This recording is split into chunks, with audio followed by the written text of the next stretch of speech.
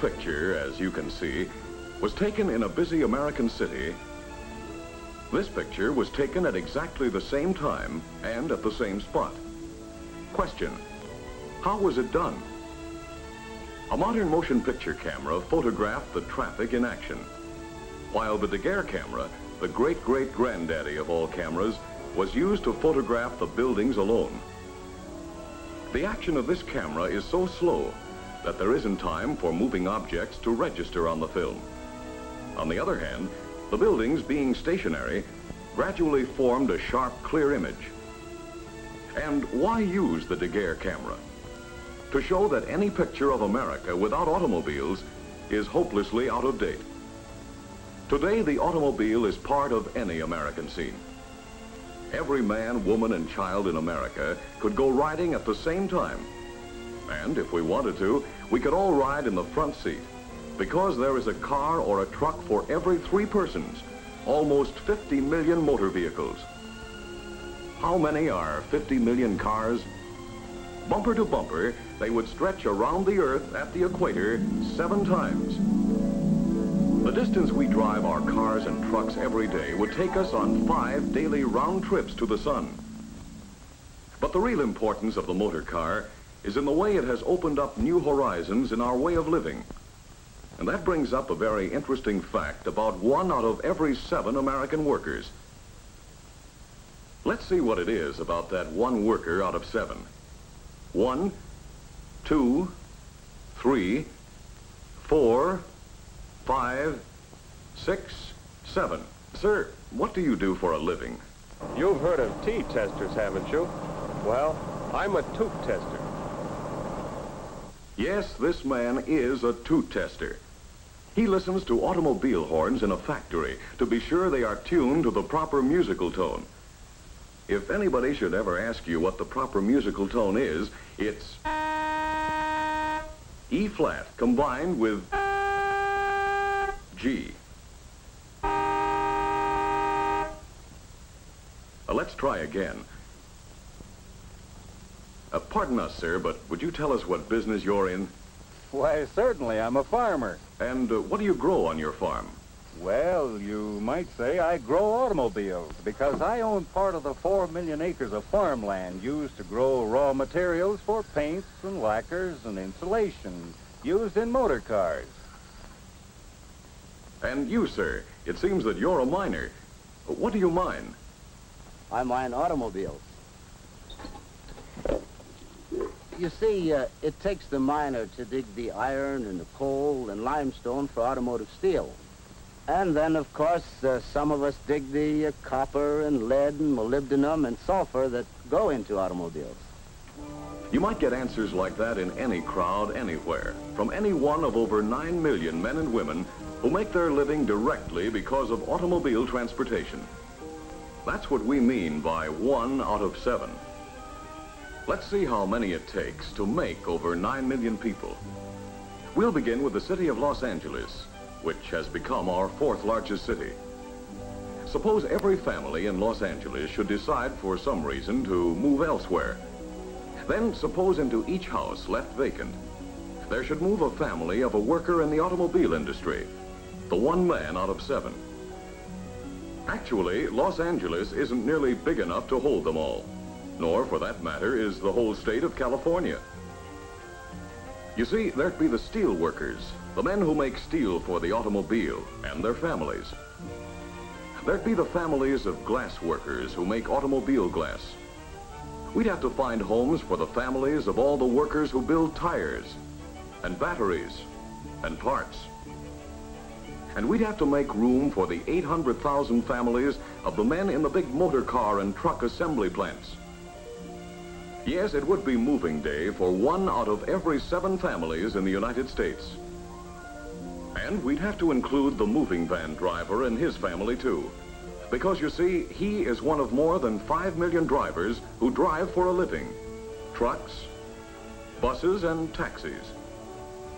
And while you're about it, did you ever stop to think of how many people it takes to maintain our roads and highways? Well, quite a few. Because on the highway miles of America, we could drive to the moon and back more than 14 times. Well, does that account for 1 out of every 7 workers in America? Not quite. But it does when you add the men who sell motor cars and the men who service them. Moving the families of the 1 worker out of 7, gradually replacing family for family. We'd need all the houses in California, Oregon and Washington, Idaho, Utah and Arizona, Montana, Wyoming and Colorado, and part of Texas to find homes for the people who make their living directly because of the motor car. And this brings up an interesting question. What would these people be doing if the motor car had remained a luxury for a few rather than a necessity for so many? And what about all the people who depend indirectly on the motor car for the way they live? Looking at it this way, we can fill up all the homes from North Dakota to Texas and from Minnesota to Arkansas, all the way to the banks of the Mississippi with the families of the men who use motor cars or trucks in their business. The plumber, the painter, the florist, the meter man, the rural mail carrier, and of course, the more than 2 million salesmen on the road. Now, it seems that we've found out something else about the motor car and its effect on our living. 1 worker out of 7 either makes cars or parts, or sells or services them. And another 1 worker out of 7 uses the motor car to make his living. Pardon us, sir, but what do you do? Why, I'm a traveling trimmer. Yes, this man is a traveling trimmer who makes his living with his pruning saw and his truck. Yes, for that 2nd man out of 7, there are all kinds of jobs that you might not even think of as being connected with the motor car. The traffic policeman, and the people who make and sell traffic lights and parking meters. But would you think of railroad engineers? You would if you knew that transporting raw materials and finished products to keep our American system of individual transportation by motor car rolling takes 4 million freight carloads per year. 1/6 of all retail business firms are connected with the automobile.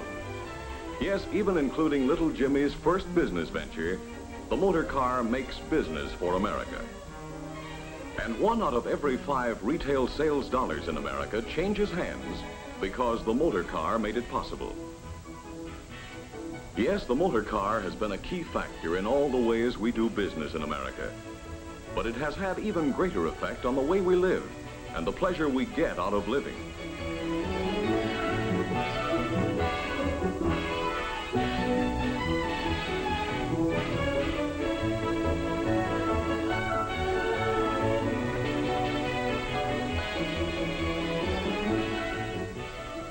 Being able to drive out into the country has made many of us want to live in the country. And the motor car has made it possible for millions. Today, suburban construction is more than 3 times the construction in the city. And just as the motor car is a tool for working, with more than half of us using it to go to and from our daily work, so it is a tool for enjoyment. It puts America at our doorstep for business or pleasure. Whether you're traveling on business or pleasure, the chances are even that you'll travel by motor car. More than half of us take yearly vacations, and most of us take them on the highway. As a result, the tourist and resort industry ranks among the 3 most important industries in 16 states. We have seen how the Daguerre camera, a camera from the past, can take a picture of the past to show how our horizons have been expanded by the motor car. And the greatness of America has been that we are never content to stop at the horizon we can see. We know that there is another and another horizon beyond. The motor car industry, as it has recognized its responsibilities in our progress through yesterday to get where we are today, is already at work on the design of tomorrow, exploring, developing, testing to improve the cars we drive, to make them safer, more comfortable, more enjoyable. If we are to realize in full the motor car's vast potential for good, we must use it and care for it wisely. The motor car has been the key to open new horizons, not for the few, but for all. And all of us share in the responsibility of safeguarding the benefits it has brought. If we plan for the future, if we look ahead to clear all obstacles and roadblocks, if we recognize the importance of this great individual freedom of movement, the motor car will be the key to our ever-widening horizons of tomorrow.